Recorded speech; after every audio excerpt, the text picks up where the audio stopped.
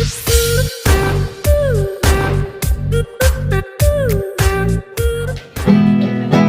saudara-saudara, kita ketemu lagi dalam ibadah streaming. Saya percaya saudara ada dalam kekuatan daripada Tuhan. Mari sebelum kita merenungkan kebenaran firman Tuhan, kita bersukacita di dalam Tuhan karena ada kuasa dalam pujian. Haleluya.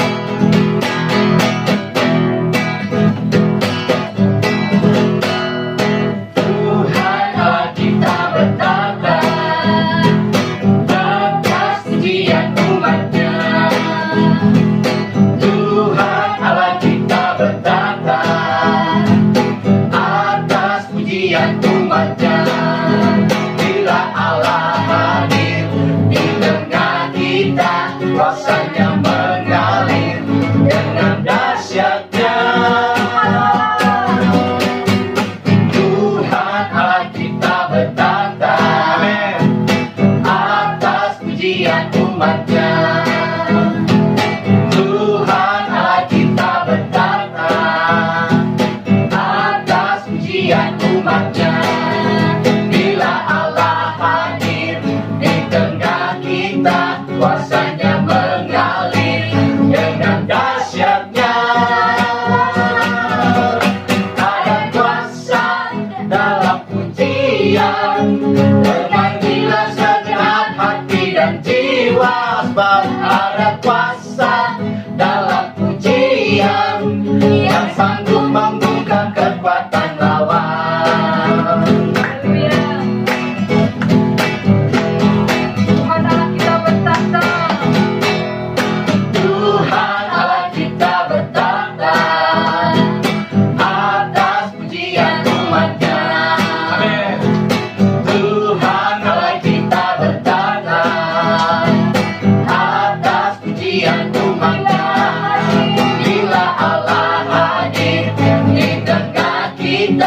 Kuasanya mengalir dengan dahsyatnya.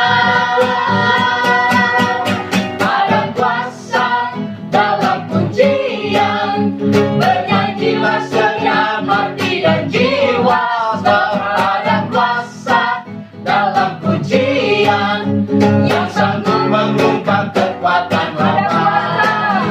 Ada kuasa dalam pujian, bernyanyilah segenap hati dan jiwa. Sebab ada kuasa dalam pujian yang sanggup membungkam kekuatan lawan. Yang sanggup membungkam kekuatan lawan. Yang sanggup membungkam kekuatan lawan.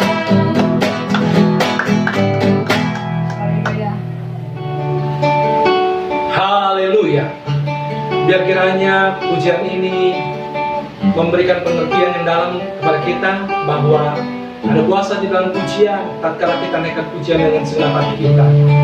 Mari kita persiapkan hati kita untuk masuk dalam kebenaran firman Tuhan. Sebelumnya, mari kita menaikkan pujian, kalau ku hidup bagimu. Glory bagi nama Tuhan.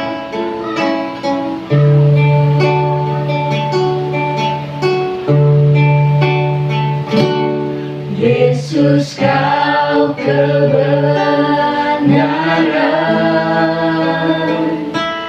yang menyelamatkanku. Kau memberikanku hidup dan pengharapan.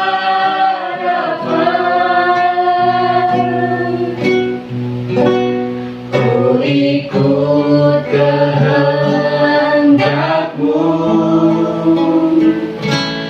ku perlu anugerah-Mu. Ku nyatakan janji-Mu kepadamu. Kalau ku hidup bagimu Tuhan. Kalau ku hidup bagimu, hatiku tetap menyembah-Mu. Dunia tak bisa menjauhkanku dari kasih-Mu.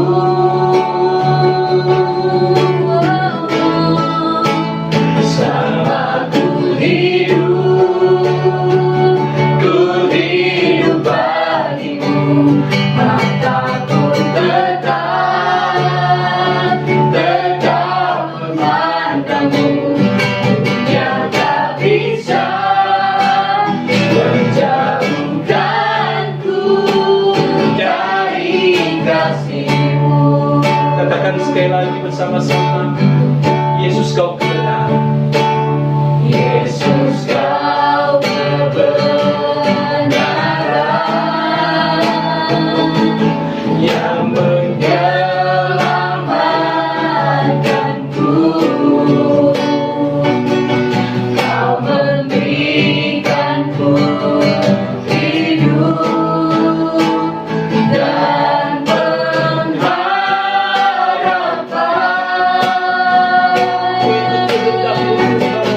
Ku ikut kehendak-Mu.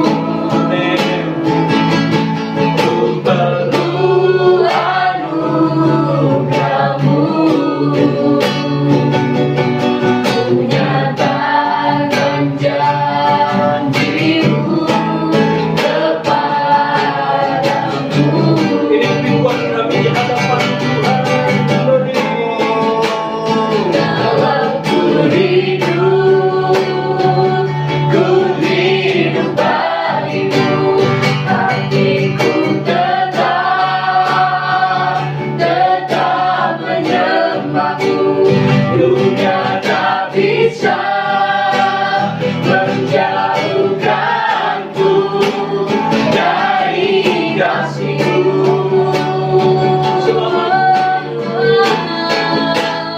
Selama ku hidup bagimu, mataku tetap memandangmu. Dunia tak bisa menjauhkanku dari kasih-Mu. Mari kita sembah Dia, haleluya.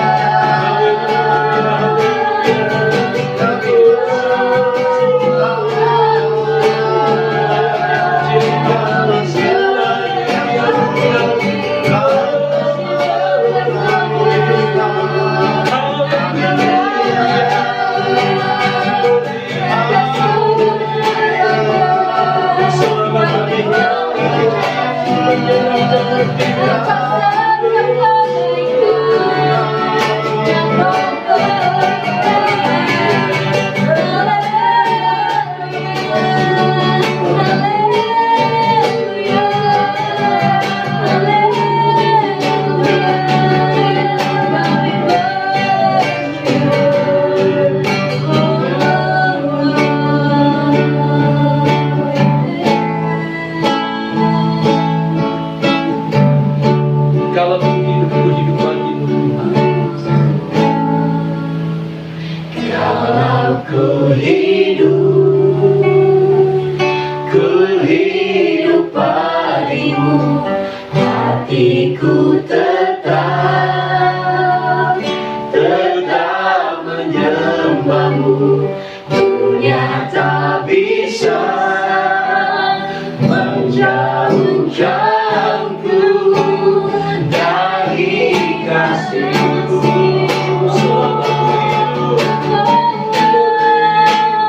Selama ku hidup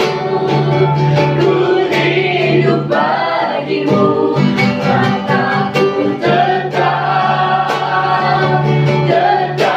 memandangmu. Dunia tak bisa menjauhkanku dari kasih-Mu. Dunia tak bisa. Dunia tak bisa menjauhkanku dari kasih-Mu. Dunia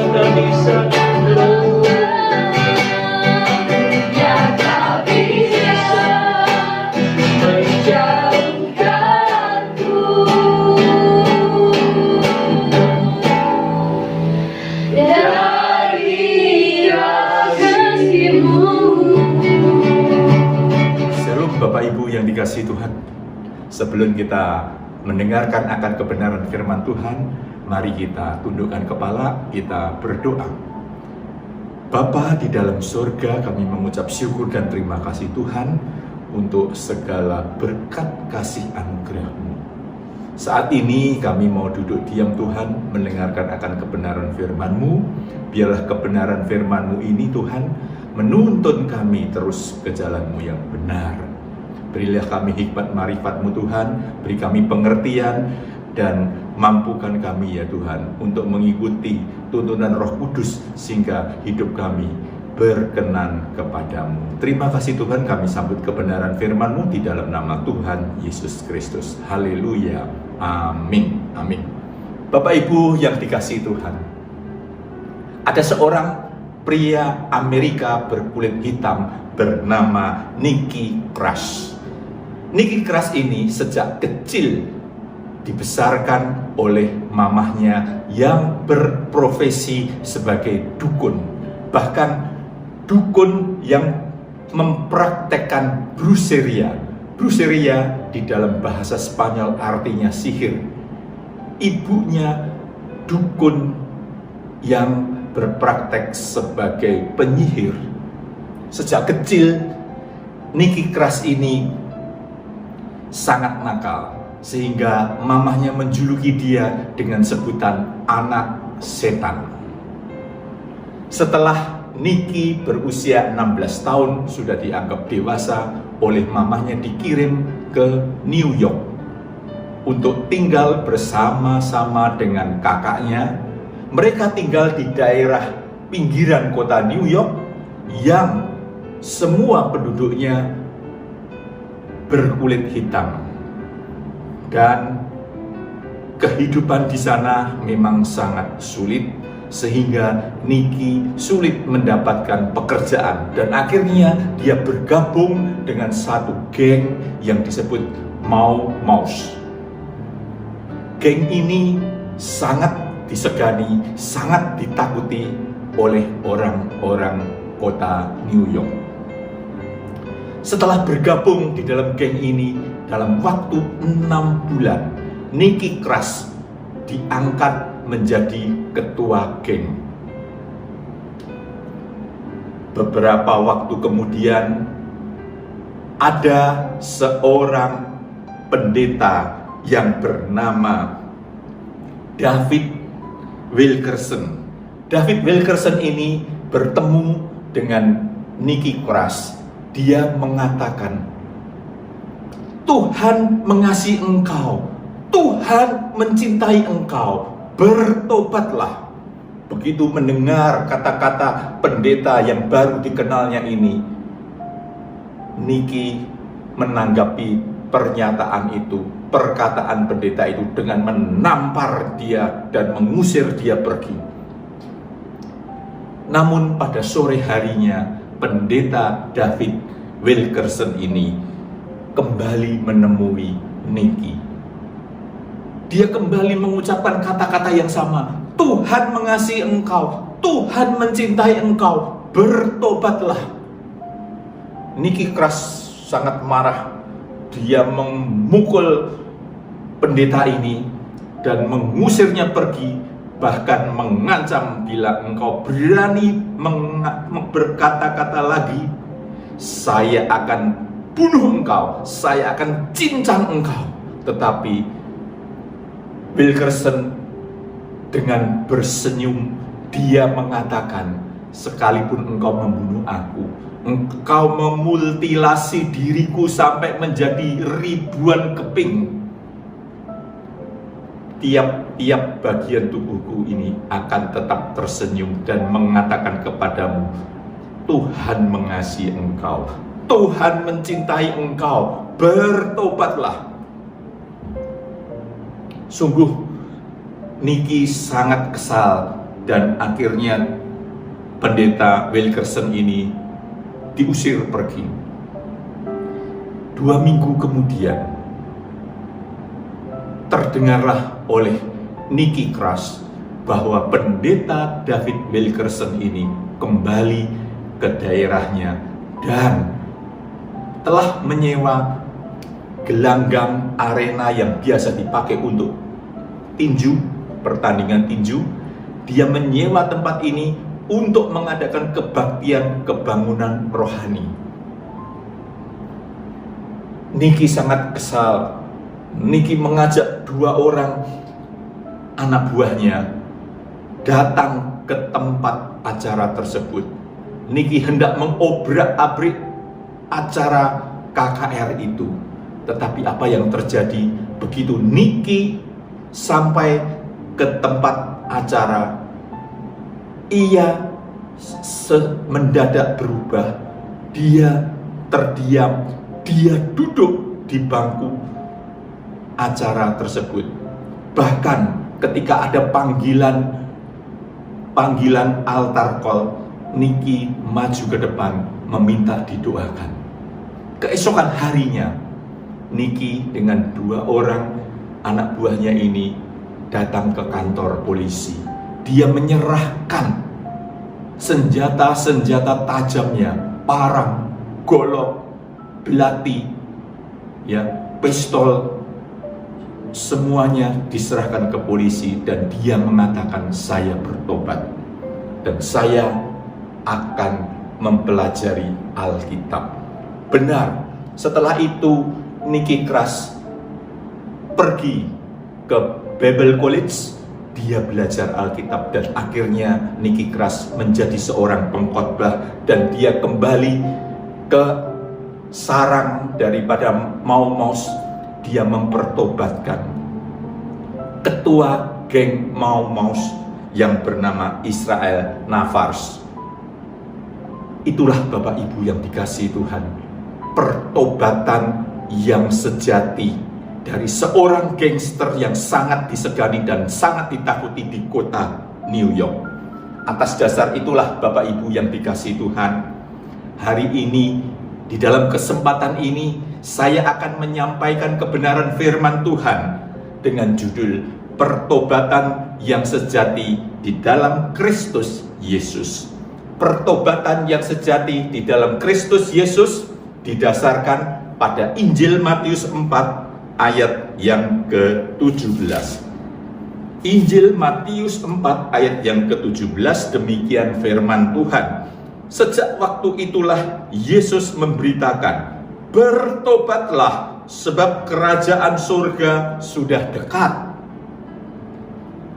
Ya, bertobatlah sebab kerajaan surga sudah dekat.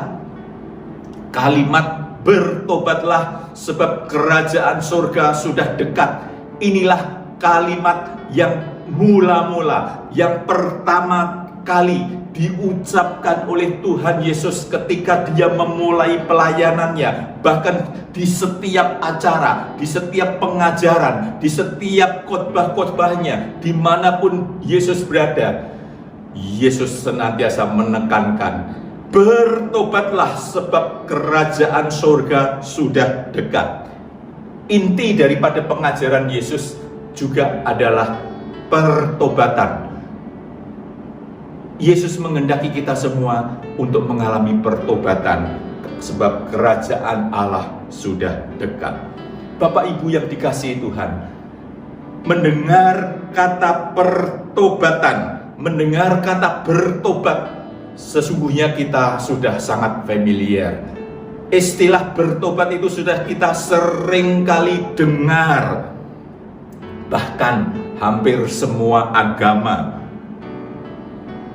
senantiasa menyerukan, senantiasa mengajarkan, senantiasa berbicara tentang pertobatan, sekalipun dengan konsep pertobatan yang berbeda-beda. Pertobatan itu adalah sesuatu yang sangat pribadi sifatnya. Peristiwa atau pengalaman pertobatan itu hanya bisa dirasakan oleh yang bersangkutan. Bahkan orang yang mengaku bertobat itu pun banyak yang tidak mengetahui apakah dia benar-benar sudah bertobat. Bahkan yang merasa dirinya sudah bertobat, sesungguhnya dia belum bertobat. Tidak mudah kita menilai seseorang itu sudah bertobat atau belum, ya. Kriteria seseorang yang menangis, menyesali dengan sangat sungguh-sungguh, mengatakan berjanji, saya bertobat, saya tidak akan melakukan dosa dan sebagainya, itu bukan suatu ukuran bahwa orang itu benar-benar telah bertobat.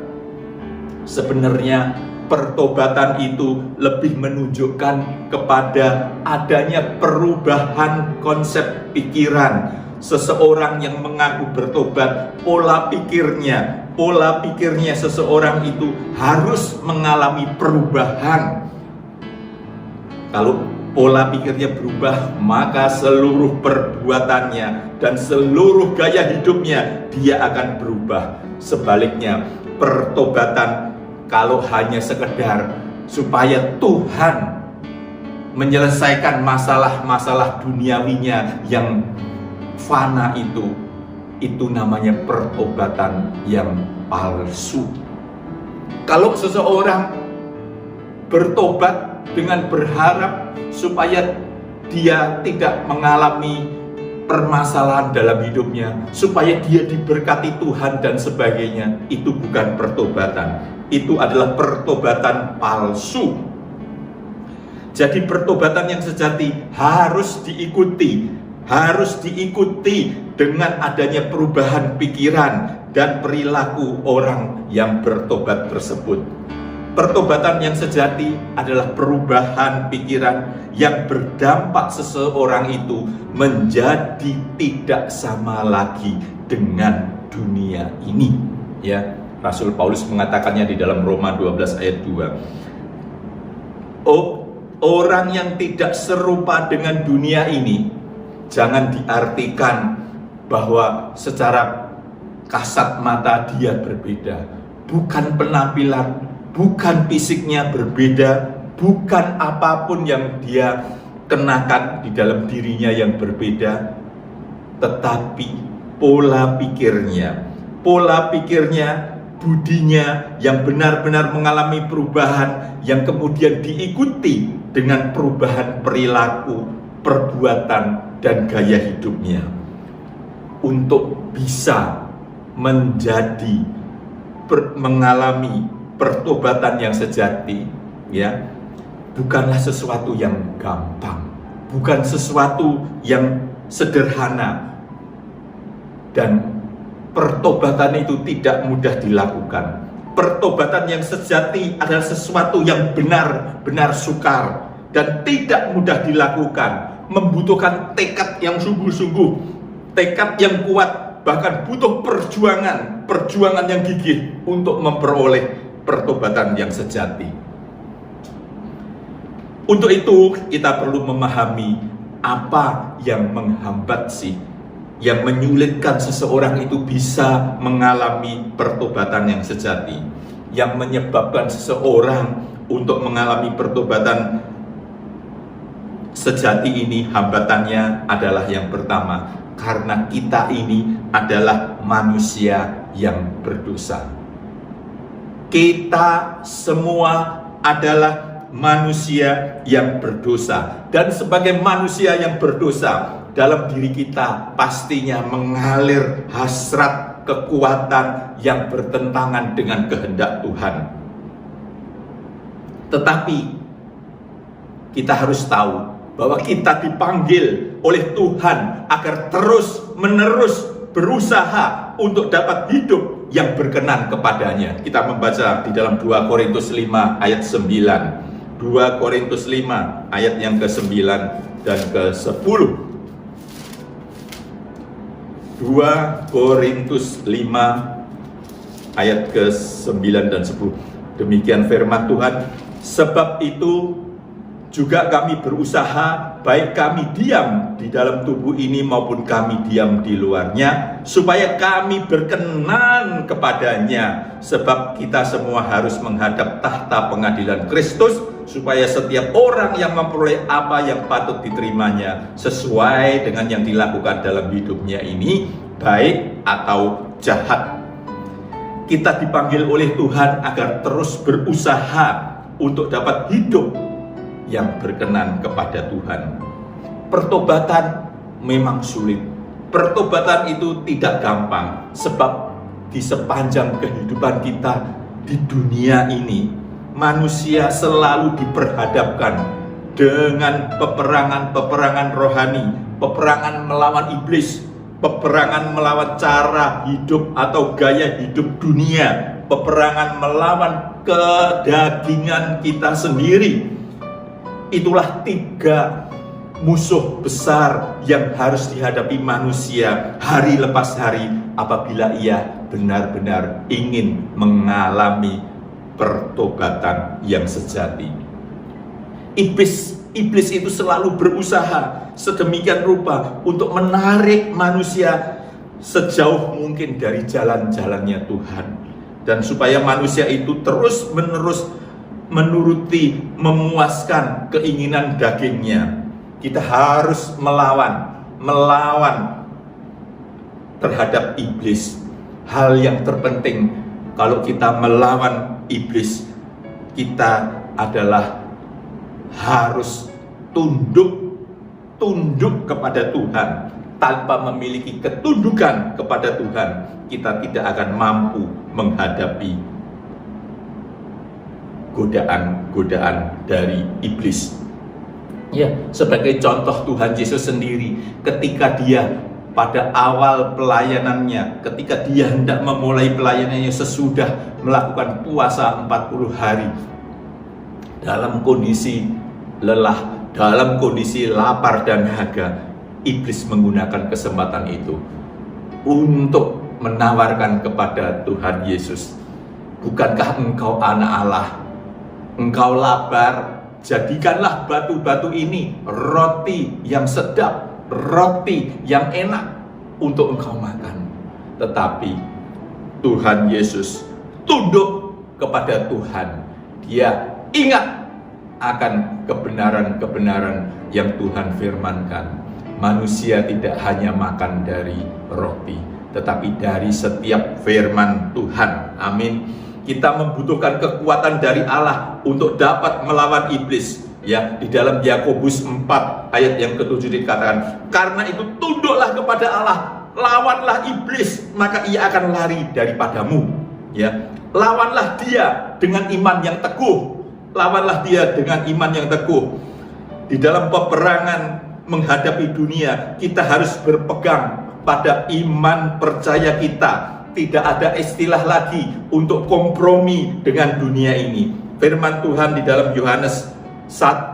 kitab 1 Yohanes 5 ayat yang keempat. 1 Yohanes 5 ayatnya yang keempat.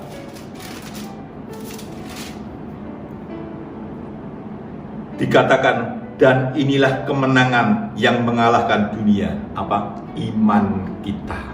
Iman kita inilah yang mengalahkan dunia. Jadi kita harus tunduk kepada kebenaran firman Tuhan, tunduk kepada Tuhan untuk mengalahkan iblis, ya. Lawan dia dengan iman. Demikian juga peperangan menghadapi dunia. Kita harus memiliki iman yang percaya. Kita harus teguh berpegang pada kebenaran-kebenaran firman Tuhan, sehingga kita bisa mengalahkan dunia. Karena iman lahir dari Allah. Pertahankan terus iman itu, jangan tergoda dan terperdaya dengan tipuan dunia yang memikat, tetapi akhirnya menjerumuskan kita. Iman harus teguh, walaupun dunia menawarkan hal-hal yang sangat menarik, ya, yang sangat memikat, berupa kekayaan, kenikmatan, kehormatan, dan lain-lain. Itu semua hanya sementara. Yesus pun diperhadapkan oleh iblis saat itu. "Kalau engkau mau menyembah aku, lihatlah, dunia yang penuh dengan gemerlapan itu akan menjadi milikmu." Segala sesuatu yang ada di dunia ini hanya sebentar dan tidak ada nilainya bila dibandingkan dengan kekekalan bersama Yesus di surga yang mulia. Kita harus belajar dari Rasul Paulus. Rasul Paulus yang dulunya seorang pejabat negara yang mempunyai kedudukan yang tinggi. Dia bisa memerintah, dia bisa melakukan apa saja. Dia bisa memerintahkan, menangkap pengikut Yesus, menghukum, bahkan membunuh. tentunya sebagai pejabat tinggi bukan hanya kehormatan, bukan hanya kekuasaan, dia juga memiliki kekayaan yang banyak. Tetapi apa yang dikatakan Rasul Paulus ketika dia sudah bertobat, dia mengatakan semuanya itu sampah. Semuanya sampah ketika dibandingkan dengan dia mengikut Tuhan Yesus. Demikian juga ketika kita melawan kedagingan kita, janganlah kita mengasihi dunia, jangan mau terpikat dengan iming-iming dunia, jangan kita kembali seperti orang dunia, melainkan kita harus mengubah budi pikiran kita untuk selalu melakukan apa yang berkenan kepada Tuhan. Firman Tuhan dengan jelas mengatakan di dalam kitab 1 Yohanes 2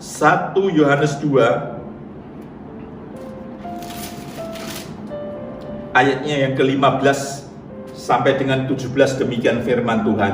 Janganlah kamu mengasihi dunia dan apa yang ada di dalamnya. Kita tidak boleh mengasihi dunia dan apa yang ada di dalamnya. Jika orang mengasihi dunia, maka kasih akan Bapa tidak ada dalam orang itu. Sebab semua yang ada di dunia, yaitu keinginan daging, keinginan mata, serta keangkuhan hidup, bukanlah berasal dari Bapa, melainkan dari dunia. Dan dunia ini sedang lenyap dengan keinginannya, tetapi orang yang melakukan kehendak Bapa tetap hidup selama-lamanya. Amin. Itulah Bapak Ibu yang dikasihi Tuhan, kesulitan-kesulitan yang harus kita hadapi, kesulitan-kesulitan yang harus kita lawan, sehingga pada akhirnya kita bisa mengalami pertobatan yang sejati. Oleh karena itu, kita harus terus berusaha, bahkan berjuang terus-menerus, agar tidak lagi hidup di dalam daging, melainkan hidup di dalam roh, di dalam pimpinan Roh Kudus, yaitu hidup yang dipimpin oleh Roh Kudus yang akan memimpin kita dalam segala kebenaran. Lewat kehidupan yang kudus, ya, dalam pimpinan Roh Kudus, kita akan mendapat pertobatan, mengalami pertobatan yang sesungguhnya, pertobatan yang benar, bukan pertobatan yang cuman pura-pura, pertobatan yang mengharapkan sesuatu. Itu bukan pertobatan, dan kita akan menyesal apabila kita tidak bertobat. Kita akan menghadapi pengadilan Kristus pada saatnya nanti. Untuk itulah Bapak Ibu yang dikasihi Tuhan, sekalipun sulit, ya, kita lawan iblis, kehidupan dunia yang penuh dengan tipu daya dan menjerat, sekalipun fasilitasnya menggiurkan orang-orang. Dan kita harus bisa mengubah konsep pikiran kita ini untuk hidup benar, berkenan kepada Tuhan. Hal yang kedua yang menghambat, yang menyulitkan seseorang untuk bisa mengalami pertobatan yang sejati, kalau tadi yang pertama karena kodrat manusia itu adalah orang berdosa, sehingga kita harus rubah kodrat dosa ini menjadi kodrat ilahi. Yang kedua, karena kita sudah terpapar oleh dunia yang menyesatkan ini. Ya, kita sudah terpapar oleh model atau gaya hidup orang-orang dunia, sehingga kita senantiasa beranggapan bahwa apapun yang kita lakukan, apapun yang kita miliki, dan apapun yang kita upayakan, semuanya itu merupakan model atau gaya hidup yang wajar. Padahal itu gaya hidup orang-orang dunia. Banyak orang yang sudah terbiasa, gaya hidup seperti itu dianggap biasa. Itu dianggap wajar-wajar saja. Memang dunia dengan segala gemerlapnya dan kemegahannya seringkali menjadi magnet, ya, menarik sekali, dan menarik bagi banyak orang untuk datang mendekat. Semakin kita mendekat kepada dunia dan mengasihi dunia itu, maka semakin kita kehilangan kasih akan Allah. Karena itu firman Tuhan memperingatkan kita untuk meninggalkan kehidupan yang duniawi. Hanya dengan cara itu kita dapat berkenan kepada Tuhan. Di dalam Yakobus 4 ayat yang keempat dengan jelas disebutkan. Yakobus 4 ayat yang keempat. Demikian firman Tuhan. Hai kamu, orang-orang yang tidak setia, tidakkah kamu tahu bahwa persahabatan dengan dunia adalah permusuhan dengan Allah? Jadi barang siapa hendak menjadi sahabat dunia ini, ia menjadikan dirinya musuh Allah. Masihkah kita mau menjadi seteru Allah? Kalau tidak, janganlah kita hidup seperti orang-orang dunia. Kita harus meninggalkan kehidupan yang duniawi ini. Sekalipun memang itu sulit, sekalipun memang pada kenyataannya banyak orang menganggap bahwa kehidupan duniawi itu wajar-wajar saja. Tetapi kalau kita hidup mementingkan hal-hal yang duniawi, keinginan mata kita, keinginan daging kita, keangkuhan hidup kita, dan menjadikan itu prioritas utama, mendewakan semua itu, maka itu Allah tidak berkenan. Allah tidak berkenan artinya kita melakukan perseteruan dengan Allah kalau kita terus ada di dalam kehidupan yang seperti orang dunia. Agar kita benar-benar mengalami pertobatan yang sejati, kita tidak boleh bersahabat dengan dunia. Sebab cara hidup dunia sangat bertentangan dengan kehendak Allah. Kita harus hidup benar agar bisa mengalami pertobatan yang sejati. Lalu pertanyaannya, bagaimana agar kita bisa hidup benar itu? Ya, cara hidup benar haruslah dengan cara hidup yang dimiliki oleh Yesus Kristus. Kalau kita mau hidup benar, satu-satunya patron, satu-satunya contoh, satu-satunya yang harus kita ikuti dan kita teladani adalah Yesus Kristus, yang mana seluruh hidupnya hanyalah melakukan kehendak Bapa dan menyelesaikan pekerjaannya sampai tuntas. Ya, di dalam Injil Yohanes 4 ayat 34. Yohanes 4 ayat 34. Demikian firman Tuhan. Kata Yesus kepada mereka, makananku ialah melakukan kehendak Dia yang mengutus aku dan menyelesaikan pekerjaannya. Oleh karena itu, kita pun harus terus berusaha dan terus berjuang untuk dapat mengerti, peka, memahami, melakukan kehendak Tuhan, yaitu yang baik, yang berkenan, dan yang sempurna. Bagaimana agar kita bisa melakukan semua itu? Bukankah itu sangat sulit? Percayalah, Tuhan yang Maha Pengasih, Tuhan yang luar biasa ini, Ia menginginkan semua orang untuk bisa melakukan pertobatan dengan benar. Dan bukan hanya menghendaki begitu saja, tetapi Tuhan juga telah menyediakan sarana, kemampuan bagi kita agar kita mampu mengalami pembaharuan budi, pikiran, ya, membawa kita kepada pembaharuan gaya hidup, pembaharuan karakter, dan hidup seperti Kristus hidup. Sarananya Tuhan telah siapkan.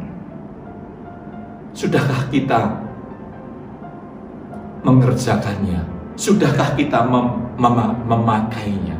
Tuhan sudah sediakan sarana untuk bisa hidup benar, hidup berkenan kepada Allah, yaitu Tuhan telah siapkan, Tuhan telah berikan firman Tuhan yang hidup, firman Tuhan yang berkuasa dan kekal. Kita harus menghidupi kebenaran-kebenaran firman Tuhan itu.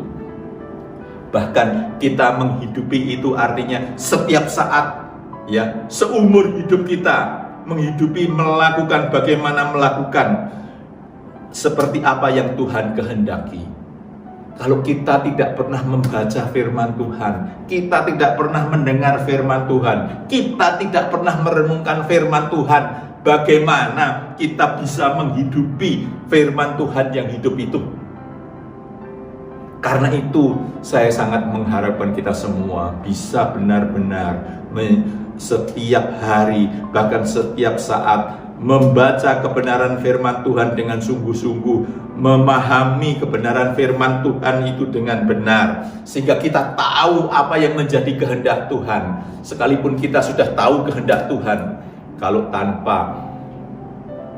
kita hanya mengandalkan kekuatan kita, pikiran kita pun kita belum tentu mampu melakukan.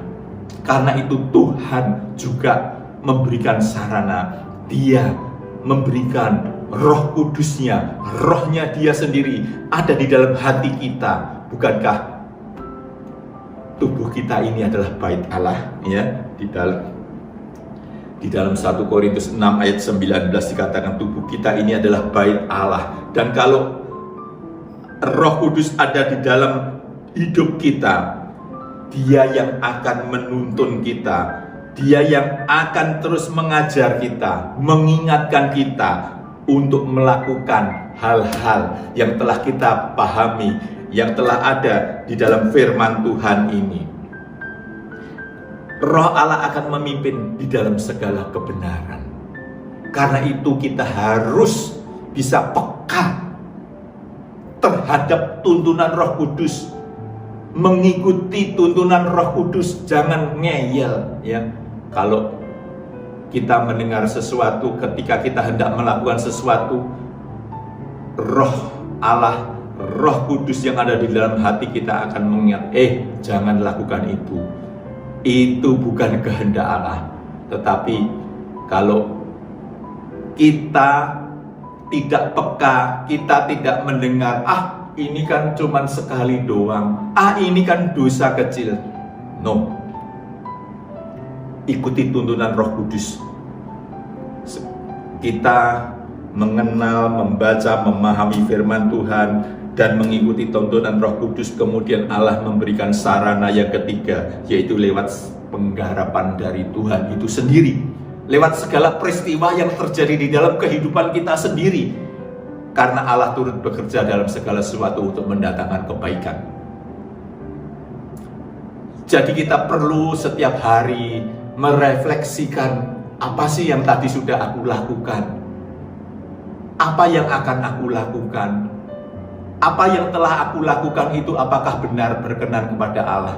Kalau tidak benar, segeralah bertobat kembali, minta ampun, dan jangan mengulangi apa yang telah salah itu.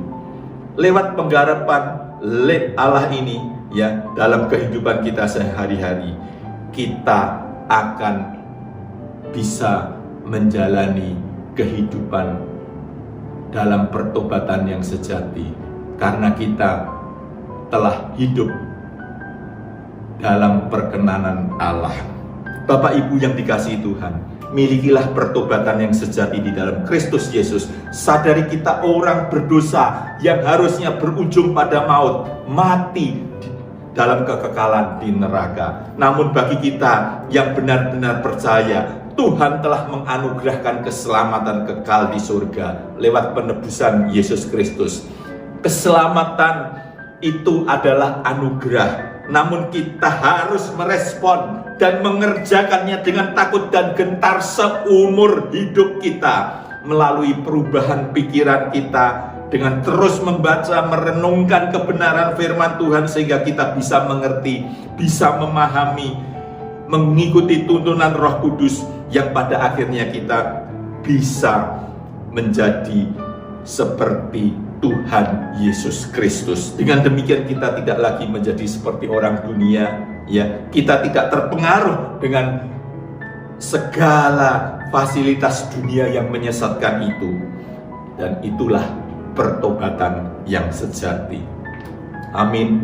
Bertobatlah, sebab kerajaan Allah sudah dekat. Kita tidak tahu kapan kita ini akan mati.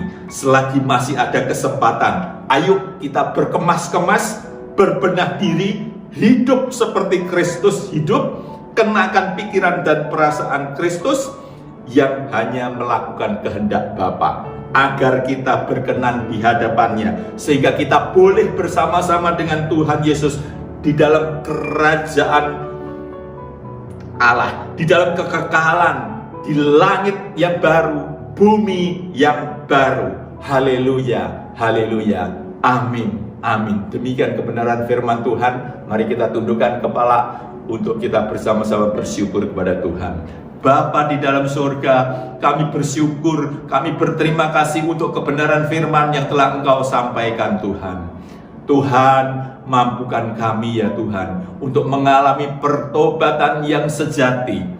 Tuhan, mampukan kami untuk melawan iblis, melawan kehidupan dunia yang penuh dengan segala fasilitas yang menyesatkan dan yang berujung kepada maut. Mampukan kami melawan kedagingan kami, keinginan mata kami, keangkuhan hidup kami.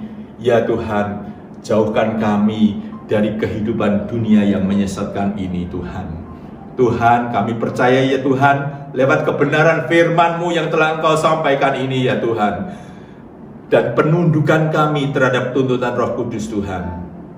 Kami percaya Tuhan, Engkau senantiasa turut serta di dalam kehidupan kami untuk semuanya itu Tuhan. Kami bersyukur, kami percaya di dalam Engkau ya Tuhan, kami akan mengalami pertobatan yang sejati, sehingga pada saatnya nanti Tuhan, kami akan bersama-sama di dalam kekekalan di surga yang mulia.